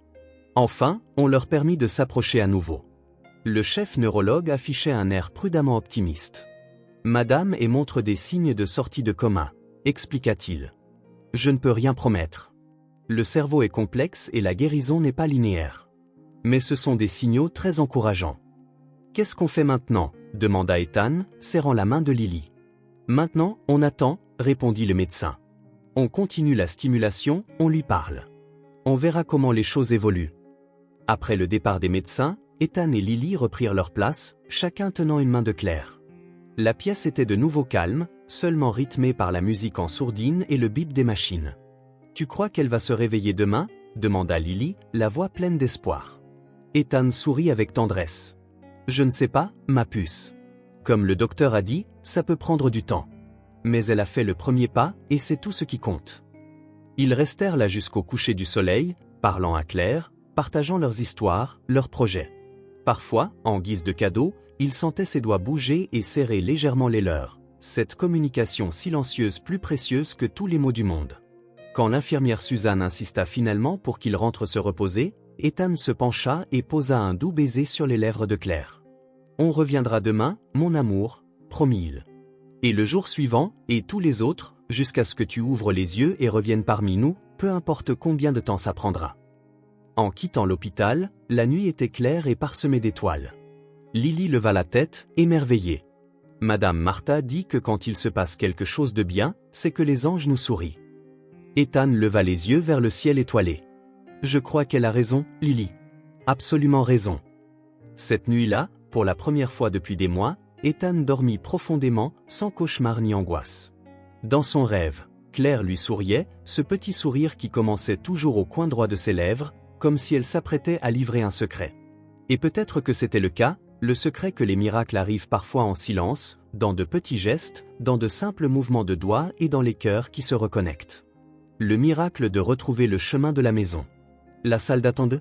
Le service de protection de l'enfance était impersonnel et froid, des chaises en plastique inconfortables, des affiches décolorées sur la sécurité des enfants et une horloge qui semblait avancer avec une lenteur délibérée. Ethan jeta un coup d'œil à l'horloge pour la 3e fois en 5 minutes. À côté de lui, Céla était assise bien droite, les mains soigneusement croisées sur ses genoux. De l'autre côté, Lily balançait nerveusement les jambes, ses pieds touchant à peine le sol. « Ça va encore prendre longtemps ?» murmura Lily en se penchant vers Ethan. « J'espère que non, » répondit-il, tâchant de paraître sûr de lui. En réalité, ils attendaient depuis plus d'1 heure, et personne ne semblait s'en soucier. 3 mois s'étaient écoulés depuis que Cla était sortie du coma. Sa convalescence, bien qu'inachevée, avait stupéfié les médecins. Les premières semaines avaient été difficiles. Thérapie intensive, exercices éprouvants, moments de frustration quand son corps ne répondait pas comme il aurait dû. Mais Cla avait tout affronté avec une détermination qu'Ethan n'avait jamais vue auparavant. À chaque étape, Lily était là, elle tenait la main de CLA pendant les séances de rééducation douloureuses, elle apprenait par cœur les exercices d'orthophonie et les répétait patiemment avec CLA, elle apportait de la lumière et du rire dans les jours les plus sombres. La décision d'adopter Lily était venue naturellement. C'est CLA qui en avait parlé la première, un soir, alors qu'Ethan l'aidait à se préparer pour aller se coucher. « Nous devons parler de Lily », dit CLA, sa voix encore légèrement hésitante à cause des séquelles du coma. « Quoi à son sujet ?» demanda Ethan en ajustant ses oreillers. « Elle a besoin d'une famille. Une vraie famille. » Ethan s'arrêta dans ce qu'il était en train de faire et regarda sa femme. L'ancien Ethan aurait hésité, évalué les risques et les complications, trouvé 1000 raisons de reporter la décision. Mais il n'était plus cet homme-là. « Tu penses à l'adopter » demanda-t-il. CLA acquiesça, les yeux scrutant attentivement sa réaction. « J'en ai toujours eu envie, même avant l'accident. » « Je sais, répondit-il simplement. Et c'est ainsi qu'ils s'étaient retrouvés dans cette salle d'attente inconfortable. Au cours des démarches, ils avaient vite découvert que rien ne serait simple. Les gens riches et puissants pouvaient souvent contourner la bureaucratie, mais en matière d'adoption, il n'y avait pas de raccourci. « M et Madame est ?» Une femme d'âge mûr, portant de grosses lunettes et un clipoir, apparut à la porte. « Vous pouvez entrer maintenant. » Ethan aida CLA à se lever. Elle utilisait encore une canne pour se déplacer, mais elle insistait pour marcher d'elle-même dès que possible. Lily sauta de sa chaise en prenant automatiquement la main libre de CLA. Le bureau de l'assistante sociale, Madame Winters, était aussi impersonnel que la salle d'attente, armoire pleine de dossiers, une plante artificielle poussiéreuse et un ordinateur qui semblait dater d'une bonne dizaine d'années. « Veuillez vous asseoir », dit Madame Winters en indiquant les chaises devant son bureau. Une fois tous installés, elle ouvrit un dossier épais. « J'ai examiné votre dossier. C'est complexe. » Ethan sentit une boule se former dans son estomac. « Complexe en quoi ?» Madame Winters ajusta ses lunettes. « Eh bien, pour commencer, la situation légale de Lily est compliquée.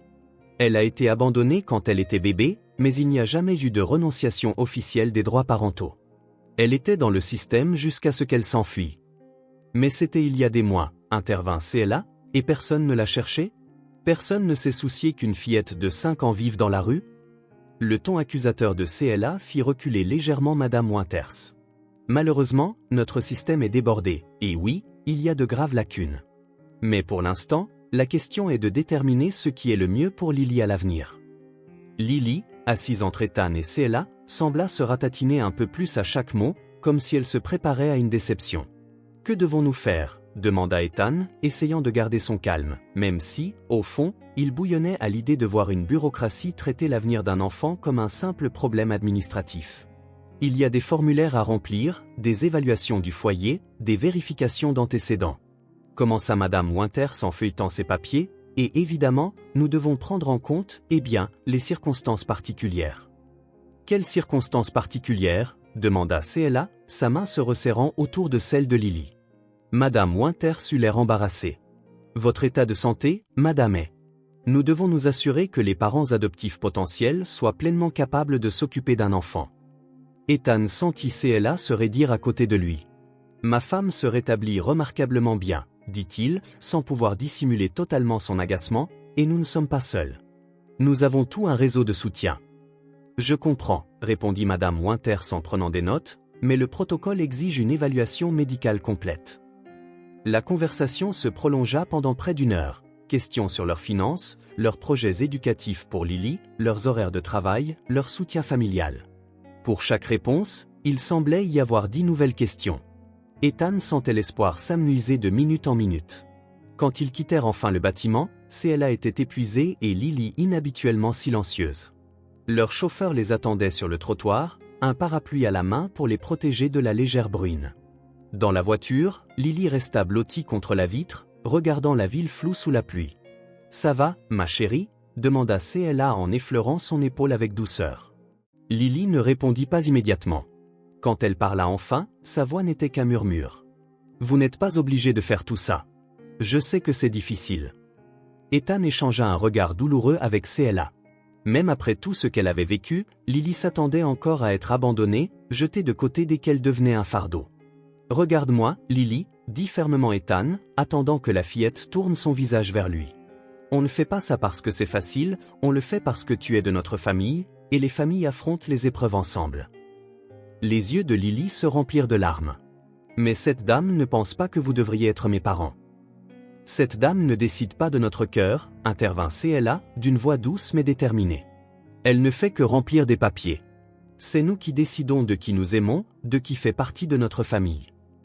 Lorsqu'ils arrivèrent à la maison, Lily courut dans sa chambre, pas une simple chambre d'amis, mais un espace qu'ils avaient décoré ensemble, des murs jaunes vifs, une bibliothèque pleine de jouets et de livres, et des étoiles phosphorescentes collées au plafond. CLA regarda Ethan, l'inquiétude évidente sur son visage. « Ça va être plus difficile que prévu, dit-elle. Ethan l'enlaça prudemment, conscient de sa fragilité persistante. « Nous y arriverons. Peu importe le temps que ça prendra. » Plus tard, après avoir aidé CLA à se mettre au lit, Ethan se rendit dans son bureau à la maison. Du travail l'attendait, des emails sans réponse, des décisions en suspens au sujet du centre communautaire, qui était presque prêt à ouvrir. Mais il n'arrivait pas à se concentrer. Il revoyait le regard de Lily pendant la réunion, la peur dans ses yeux, sa certitude silencieuse d'être encore rejeté. Comment lui prouver que ce serait différent cette fois, qu'il n'était plus cet homme qui avait autrefois mis les affaires au-dessus des relations et mesuré la valeur des gens en dollars plutôt qu'en sourires. Son regard tomba sur une pile de cartons dans un coin du bureau, contenant les affaires personnelles de CLA qu'on avait rapportées après l'accident. Dans le tumulte des mois suivants, ils étaient restés intacts, comme un rappel silencieux d'une vie interrompue. Poussé par une impulsion, Ethan se leva et ouvrit le premier carton, espérant y trouver quelque chose à montrer à Lily, une preuve que CLA avait toujours tenu à elle, qu'elle avait toujours souhaité l'accueillir dans leur vie. Le carton contenait surtout des documents, relevés bancaires, notes concernant des événements de charité, reçus de dons. Ethan les parcourut distraitement, admirant l'organisation méticuleuse de CLA. Elle avait toujours été plus ordonnée que lui, plus sensible aux détails qui comptaient vraiment. Dans le deuxième carton, il trouva quelque chose qui lui fit battre le cœur plus vite. Un dossier bleu, estampillé du logo du service de protection de l'enfance. De ses mains légèrement tremblantes, il l'ouvrit et découvrit des formulaires d'adoption partiellement remplis, datés d'environ un mois avant l'accident de CLA. Elle avait donc entamé la procédure seule. Elle envisageait déjà d'adopter Lily bien avant le coma, avant qu'Ethan ne rencontre Lily. Dans un coin d'un des formulaires, on voyait une note écrite de la main élégante de CLA, parler à Ethan après la visite à l'orphelinat. Lui montrer. Une vague d'émotion submergea Ethan. CLA avait tout planifié. Le jour de l'accident, elle allait probablement le rejoindre pour enfin lui présenter l'orphelinat, lui montrer Lily, partager ce désir qu'elle avait gardé secret. En continuant de parcourir les documents, Ethan trouva d'autres preuves de l'engagement de CLA, des notes sur la procédure légale, des coupures de presse sur l'adoption, même un dépliant expliquant comment préparer les enfants à la transition vers une nouvelle famille.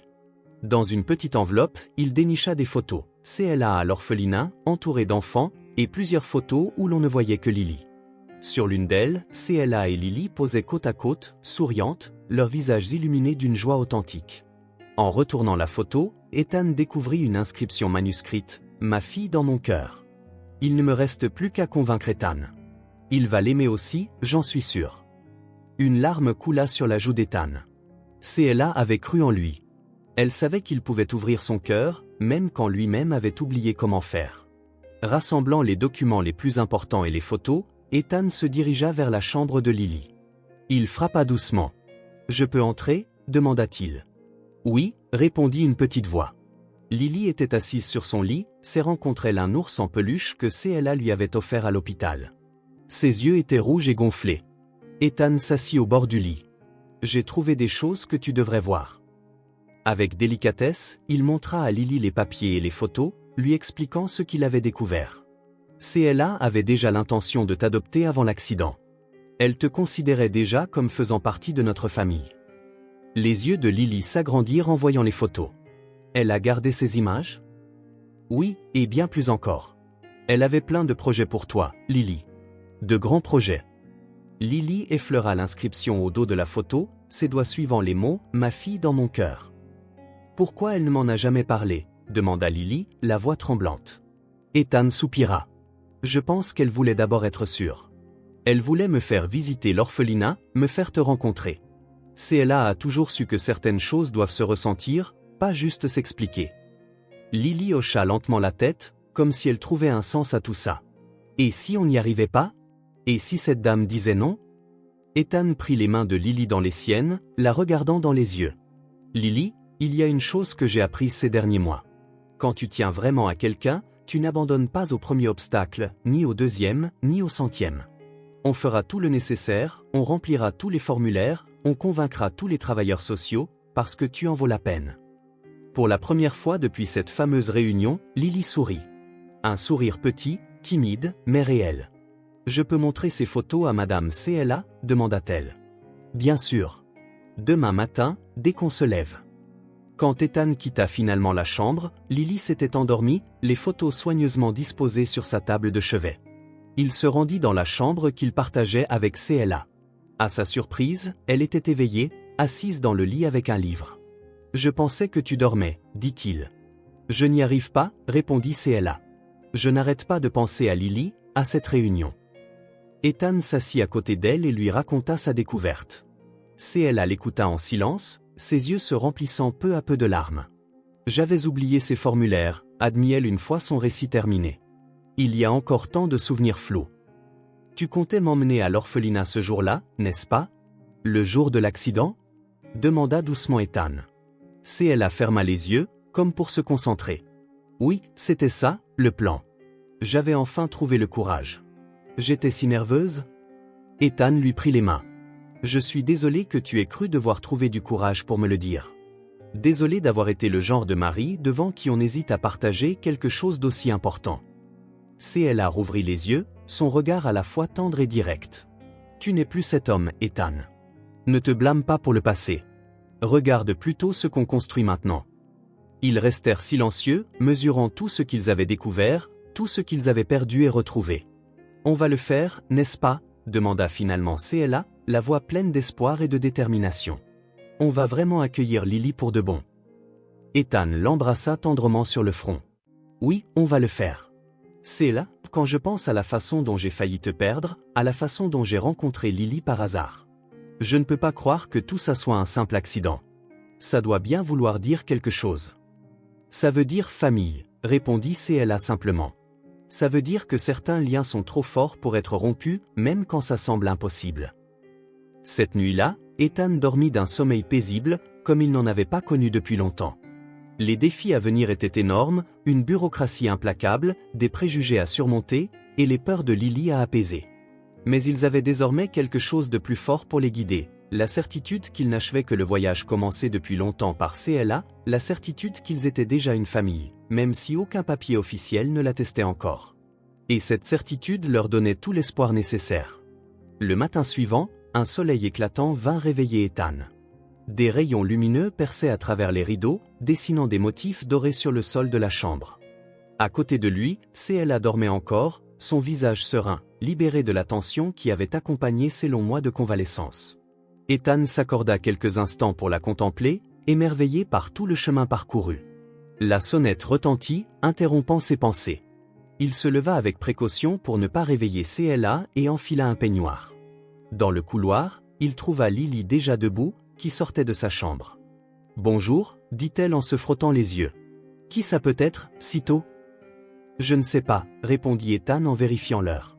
Il n'était même pas 8 heures. « Allons voir ensemble. » Ils se dirigèrent vers la porte d'entrée. Dans le vestibule, Ethan jeta un coup d'œil par le judas et aperçut un homme en costume tenant une enveloppe. Il ouvrit prudemment la porte. « Bonjour, monsieur », dit l'homme d'un ton formel. « J'ai une livraison pour vous, qui nécessite une signature. » Ethan signa le reçu et prit l'enveloppe scellée. Elle était lourde et portait l'entête d'un cabinet d'avocats international, qu'il reconnut aussitôt. « Qu'est-ce que c'est » demanda Lily avec curiosité, alors qu'il refermait la porte. « Je ne sais pas encore », répondit Ethan, observant l'enveloppe. « On prend le petit déjeuner d'abord, puis on voit ce que c'est. » Dans la cuisine, Ethan prépara du café pour lui et un chocolat chaud pour Lily. Du pain grillé, des œufs et des fruits complétèrent le petit déjeuner simple qui était devenu un rituel agréable. Pendant qu'ils mangeaient, ils parlèrent des projets de la journée. Lily avait cours de danse classique l'après-midi, puis ils iraient faire un tour au centre communautaire Claire, dont l'ouverture officielle était prévue dans seulement 2 semaines. CLA les rejoignit peu après, marchant sans sa canne, un récent progrès qu'il célébrait chaque matin. « Bonjour, mes amours, dit-elle en se penchant pour embrasser Lily sur le sommet de la tête, puis Ethan sur les lèvres. J'ai vu le livreur s'en aller par la fenêtre. Oui, il a déposé cette enveloppe mystérieuse, répondit Ethan en désignant le paquet posé sur le comptoir. Tu ne veux pas l'ouvrir? Demanda CLA en se versant un café. Ethan haussa les épaules, essayant d'avoir l'air détaché, mais il sentait une légère inquiétude en voyant cette enveloppe. Après le petit déjeuner, une fois que tout le monde eut terminé, pendant que CLA aidait Lily à se préparer pour l'école, Ethan ouvrit finalement l'enveloppe dans son bureau. À l'intérieur, il y avait une lettre formelle et un volumineux contrat. En le lisant, son cœur s'emballa. C'était une proposition de fusion. L'une des plus grandes corporations financières au monde voulait acquérir son entreprise pour une somme qui rendait sa fortune actuelle presque modeste. La lettre détaillait les conditions. En plus d'un montant astronomique, on offrait à Ethan le poste de PDG mondial de la nouvelle entité fusionnée. C'était le genre d'offre qui, des années plus tôt, aurait réalisé son rêve ultime: pouvoir, prestige, richesse inimaginable. Mais il y avait une condition: il devait s'installer à Londres pendant au moins 3 ans pour superviser l'intégration des entreprises. 3 ans loin de chez lui, loin du centre communautaire dont l'ouverture était imminente, loin de CLA encore en convalescence, loin de Lily, qui commençait juste à croire qu'elle avait enfin trouvé un foyer définitif. Quand CLA entra dans le bureau quelques minutes plus tard, elle le trouva debout, regardant par la fenêtre, la lettre à la main. « Des mauvaises nouvelles ?» demanda-t-elle doucement. Ethan se retourna, incapable de dissimuler le conflit intérieur sur son visage. « Pas exactement. Sur le plan professionnel, c'est incroyable. » Il lui tendit la lettre. CLA la lut attentivement, le visage impassible. Mais Ethan connaissait suffisamment bien son langage corporel pour remarquer la légère tension de ses épaules. « C'est une opportunité exceptionnelle, dit-elle finalement, en lui rendant la lettre. Tu devrais être fier. Ton travail est reconnu au plus haut niveau. » Mais, insista-t-il, sentant qu'elle avait autre chose en tête. CLA poussa un soupir. « Mais j'ai peur. » Sa voix n'était qu'un souffle. « J'ai peur que Londres devienne ce que ta compagnie représentait ici. Quelque chose qui te consume totalement. J'ai peur que Lily, qui a déjà tant perdu, perde la stabilité qu'on essaie de lui donner. Et, égoïstement, j'ai peur de perdre cette nouvelle version de toi que j'ai redécouverte. » Son honnêteté le toucha profondément.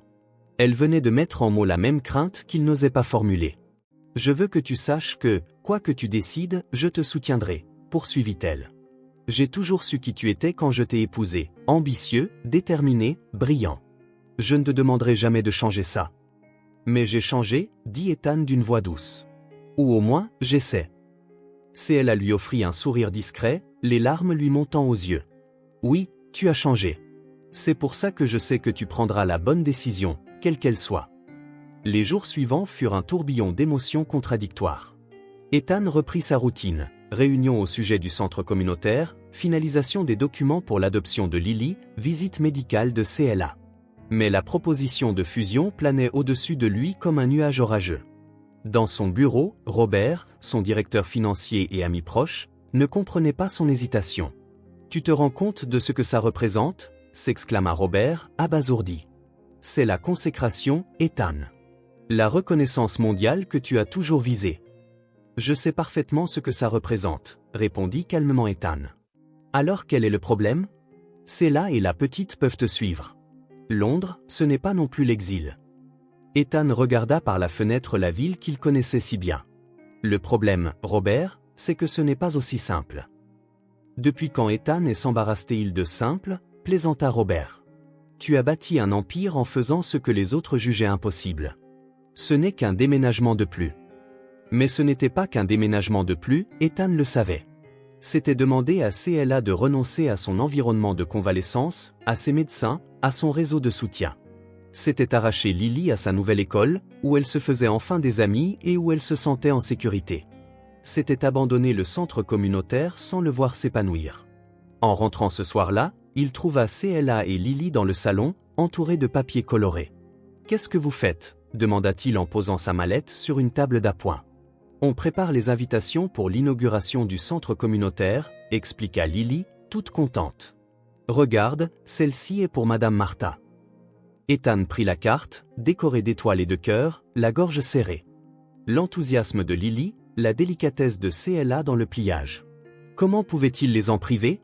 Plus tard, après avoir couché Lily, Ethan rejoignit CLA sur le balcon, où elle contemplait les lumières de la ville. Sans un mot, il s'assit à côté d'elle. « Tu penses à cette proposition », déclara-t-elle. Ce n'était pas une question, mais une certitude. « Comment tu sais ?» Elle eut un léger sourire. « Je reconnais ce regard. C'est le même que tu avais quand tu décidais si tu allais créer ta propre société, un mélange de détermination et de peur. » Ethan lui prit la main. « Qu'est-ce que tu en penses, sincèrement ?» Elle prit un moment avant de répondre. « Je pense que c'est une opportunité extraordinaire, le genre de reconnaissance que tu as toujours mérité. » « Mais, insista-t-il doucement. « Mais j'ai peur, répéta-t-elle. Peur que Londres devienne ta priorité et que nous passions après. Peur que Lily doive encore se réadapter, alors qu'elle commence seulement à s'ouvrir. Et j'ai peur de reperdre cet équilibre fragile qu'on a enfin trouvé ensemble. » Son honnêteté le bouleversa une fois de plus. « Je veux juste que tu saches que je ne te jugerai pas, quelles que soient tes raisons. » Le lendemain matin, Ethan se réveilla avant l'aube et partit courir, comme il en avait repris l'habitude pendant la convalescence de CLA. L'exercice l'aidait à clarifier ses idées. Il courut sans but, laissant ses jambes le porter où elles voulaient, tandis que son esprit bouillonnait. Sans s'en rendre compte, il se retrouva devant l'orphelinat Saint-Hope. Le vieux bâtiment se dressait toujours, en contraste saisissant avec le centre communautaire moderne presque achevé juste à côté. Il s'arrêta, essoufflé, le regard fixé sur l'orphelinat, c'était là que tout avait commencé. Là que CLA avait trouvé un sens à sa vie tandis que lui amassait de l'argent, là que Lily avait perdu sa première famille, et d'une certaine façon, trouvé la seconde. « Je me doutais que je te trouverais ici », dit une voix derrière lui. Ethan se retourna, surpris de voir Madame Martha qui avançait lentement, appuyée sur sa canne. « Madame Martha? Que faites-vous là si tôt ?»« Vieille habitude. Je me lève avec les oiseaux, et j'aime regarder le soleil se lever sur le centre. On dirait un miracle, chaque matin. » Ethan contempla à son tour le bâtiment, essayant de le voir comme elle. « Oui, probablement. »« Alors, » reprit Madame Martha avec sa franchise habituelle, « j'ai entendu parler de cette offre à Londres. » Ethan haussa les sourcils. « CLA vous en a parlé ?» Elle n'en avait pas besoin. Ce genre de nouvelles se propage vite, dans certains cercles. Et toi, mon garçon, tu es sur le point de devenir une légende dans le monde de la finance, si tu acceptes. Ils se mirent à marcher côte à côte, à la lenteur imposée par la canne de Madame Martha, Ethan s'adaptant à son rythme. C'est difficile à refuser, Annie. Bien sûr que ça l'est. Elle hocha la tête. Ces offres-là sont faites pour être irrésistibles. C'est comme ça qu'ils t'attrapent. M'attrapent? Oui, ils te font croire que tu n'as pas vraiment le choix, que tu serais fou de dire non. C'est comme ça qu'ils séparent les gens de ce qui compte vraiment pour eux. Ethan réfléchit à ces mots. J'aurais accepté sans hésiter, il y a un an. Il y a un an, tu étais un homme différent. Et si je gâchais la chance de ma vie, demanda-t-il enfin, formulant sa plus grande crainte. Madame Martha s'arrêta, se tournant vers lui. Sous ses rides profondes, ses yeux étaient d'une clarté déconcertante. Ethan, tu as déjà amassé une fortune suffisante pour plusieurs générations. Tu as atteint plus que la plupart des hommes n'osent en rêver. La question n'est pas de savoir si tu gâches une opportunité, mais plutôt quel genre d'opportunité compte le plus pour toi, maintenant.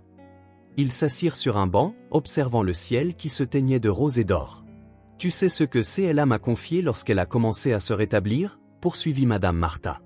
Elle m'a dit que pendant le coma, parfois elle entendait des voix, sans comprendre les mots, mais elle en percevait les émotions. Et ce qui l'a ramenée, ce qui l'a poussée à se battre, ce n'était pas le discours sur les traitements médicaux ou les affaires. C'était le son de ta voix et celle de Lily qui riaient ensemble. C'était le sentiment d'être aimé, pas pour ton argent ou ton statut, mais pour qui elle était. Ces mots frappèrent Ethan de plein fouet. Il se souvint de ses après-midi à l'hôpital, de la façon dont Lily racontait des histoires à CLA, dont il avait appris à exprimer ses vulnérabilités, ses peurs, son amour. « Je crois que je connais déjà ma réponse, » dit-il doucement. Madame Martha sourit. « Je crois que tu la connaissais depuis un moment. Tu avais juste besoin de temps pour l'accepter. » Le lendemain, Ethan convoqua une réunion avec son conseil d'administration. Assis autour de la longue table en acajou, les dirigeants l'observaient avec curiosité et appréhension. « J'ai reçu une proposition de fusion de la part de Reynolds Global, commença-t-il, toujours direct. Une offre exceptionnelle, qui implique mon installation à Londres en tant que PDG mondial. Des murmures d'approbation se firent entendre dans la salle. Robert, tout au fond, semblait particulièrement enthousiaste.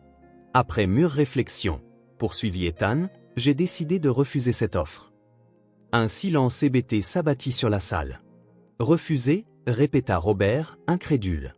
Mais Ethan, on parle de milliards, de la position la plus convoitée du marché financier. Je suis conscient de tout ça, répondit calmement Ethan, mais ma décision est définitive. Notre société restera indépendante et nous allons mettre en œuvre le plan sur 5 ans dont nous avons parlé le mois dernier, en mettant l'accent sur les investissements socialement responsables et l'expansion de notre fondation caritative. Les heures qui suivirent furent remplies d'arguments enflammés, de tentatives pour lui faire changer d'avis, et même de menaces à peine voilées de la part de certains membres du conseil. Mais Ethan resta inébranlable. Quand la réunion se termina enfin, il faisait déjà nuit. Épuisé mais étrangement en paix, Ethan rentra chez lui en voiture.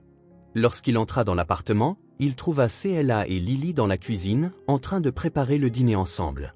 Cette scène, CLA montrant soigneusement à Lily comment couper des légumes, toutes deux riant d'une blague complice, acheva de le convaincre qu'il avait fait le bon choix. « Papa !» s'écria Lily en courant vers lui. Elle employait depuis peu ce mot affectueux, qui emplissait Ethan d'une joie indescriptible chaque fois qu'il l'entendait. « Tu m'as manqué aujourd'hui. »« Toi aussi, princesse » dit-il en la soulevant dans ses bras. CLA s'approcha, lui donnant un léger baiser. « Tout va bien ?» demanda-t-elle, voyant les traits tirés d'Ethan. « Très bien, en réalité. J'ai des nouvelles. » Ils s'installèrent autour de la table de la cuisine, et Ethan leur raconta sa décision. Lily l'écouta avec attention, sans saisir toutes les implications. CLA, en revanche, comprenait parfaitement. « Tu en es sûr ?» demanda-t-elle, les yeux braqués sur lui. « C'est un énorme renoncement, Ethan. » Il secoua la tête. « Non, CLA. Ce n'est pas un renoncement. C'est un choix. Le bon choix. En fait, le seul possible. » Plus tard, après le dîner, après avoir bordé Lily, après tout ce rituel domestique devenu si précieux, Ethan rejoignit CLA sur le balcon, comme la veille. Sauf que, cette fois, le poids sur ses épaules avait disparu. « Tu sais ce que j'ai compris aujourd'hui ?» demanda-t-il en contemplant les étoiles. « Quoi donc ?»« Que j'ai passé la moitié de ma vie à courir après un certain type de réussite, mesuré en chiffres sur un compte en banque ou sur un CV. Et qu'en fait, sans m'en apercevoir, j'ai trouvé un autre type de réussite, celle qui se mesure en sourire, en petits moments de bonheur, en sentiment d'appartenance. » CLA posa sa tête sur son épaule. « Je suis fier de toi, Ethan. Pas seulement pour cette décision, mais pour l'homme que tu es devenu, celui que j'ai toujours su que tu pouvais être derrière ce masque d'exécutif impitoyable. » « J'ai eu un excellent professeur, répondit-il en l'embrassant sur le sommet de la tête. 2 semaines plus tard, le centre communautaire Claire ouvrit officiellement ses portes. Le soleil brillait haut dans un ciel sans nuages, comme si la nature elle-même saluait l'événement. La grande cour était décorée de rubans colorés et de ballons. Des enfants de tous âges couraient partout, explorant avec enthousiasme la nouvelle aire de jeu, la bibliothèque, les salles de classe équipées de matériel informatique. Des parents et des tuteurs discutaient en petits groupes, certains visiblement émus par ces nouvelles perspectives. Au centre de la cour, une petite estrade avait été installée. Ethan y monta, suivi de CLA qui marchait encore avec une légère raideur et de Lily, vêtue de sa plus belle robe bleue pour l'occasion. « Bonjour à tous », commença Ethan, sa voix amplifiée par le micro. « Bienvenue à l'inauguration officielle du centre communautaire Claire. » Des applaudissements enthousiastes résonnèrent dans la cour. « Ce centre est né d'une promesse, » poursuivit-il, une promesse que CLA avait faite il y a longtemps. Aucune enfance ne devrait se dérouler sans opportunité, sans affection, sans espoir. Ce que vous voyez aujourd'hui n'est qu'un début. Nous avons l'intention de reproduire ce modèle dans d'autres quartiers, d'autres villes, pour créer un réseau d'aide aux enfants et aux familles qui ont besoin d'une seconde chance. CLA avança à son tour. Sa convalescence avait été remarquable, même si les médecins prévoyaient qu'il lui resterait quelques séquelles. Mais en cet instant, debout dans la lumière du soleil, avec Lily à ses côtés, elle resplendissait. « Quand j'ai commencé à faire du bénévolat dans l'ancien orphelinat, dit-elle en désignant l'immeuble victorien voisin, je n'aurais jamais imaginé arriver ici. Chaque enfant que j'y ai rencontré m'a appris quelque chose sur le courage, la résilience et la capacité humaine à trouver la joie dans les moments les plus difficiles. » Son regard se posa sur Lily, qui lui rendit un sourire timide. Et une enfant en particulier a changé nos vies pour toujours. Lily, tu as non seulement apporté de la lumière dans notre famille, mais tu as inspiré tout ce que vous voyez ici. D'ordinaire si extravertie, Lily parut submergée par l'émotion. Ethan se baissa à sa hauteur. « Tu veux dire quelque chose ?» demanda-t-il doucement. Lily secoua la tête, puis se ravisa et s'approcha lentement du micro. « Je voulais juste dire, merci. Merci de m'avoir trouvé, et de m'avoir laissé vous trouver. » Il n'y avait pas un œil sec dans la cour après ces mots simples. Une fois la cérémonie officielle terminée, la vraie fête commença, avec musique, nourriture et jeux. Ethan profita d'un instant pour s'éloigner et observer de loin. CLA, assise sur un banc, discutait avec Madame Martha. Lily jouait avec des amis de sa nouvelle école, courant sur l'aire de jeu en riant. Un sentiment de plénitude, tellement différent de ce qu'il avait autrefois considéré comme la réussite, l'envahit. Un sentiment non pas seulement de bonheur, mais d'accomplissement, de certitude d'être là où il devait être. Son téléphone vibra dans sa poche. C'était un message de Victor Reynolds. « Ta décision nous a surpris. Notre offre tient toujours si tu changes d'avis. Londres peut attendre. » Ethan esquissa un léger sourire et remit le téléphone dans sa poche, sans répondre. Il ne reviendrait pas en arrière, son choix était fait, ses liens étaient soudés, et la voie était tracée. Alors qu'il se rapprochait de sa famille, celle qu'il avait bien failli perdre, celle qui lui était apparue à travers Lily, Ethan sentit le dernier fragment de son ancien moi se dissiper.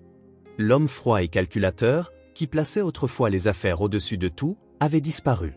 Il avait laissé place à quelqu'un qui avait enfin compris la valeur d'un sourire sincère, la valeur d'une étreinte chaleureuse, la valeur d'une petite main serrée dans la sienne.